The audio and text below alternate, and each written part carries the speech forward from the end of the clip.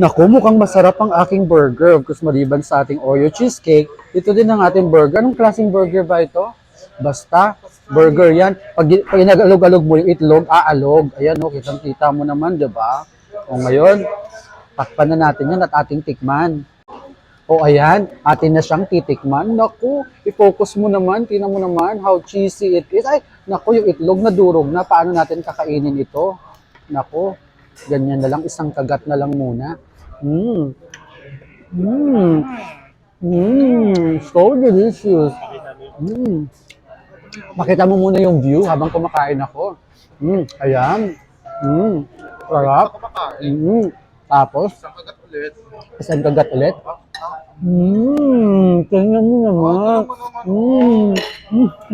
How cheesy it is. Napakasarap talaga. Hindi natin maipagkakaila. Pinagtatawanan nila ako dito, pero sige lang. Ilaban natin to. Birthday ko naman, di ba? Look at that. Pero, parang ang liit lang ng kagat ko. Subukan ko kaya ng mas malaki. Kinangalan natin. Naku, baka magmukha akong ano nito. Naku, tumutulo-tulo na. Paano ba natin kakainin to? Naku, lalakihan natin lalo.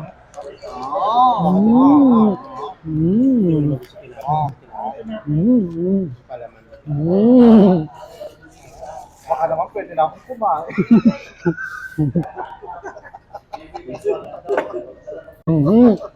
Nagreklamo yung taga-video ko.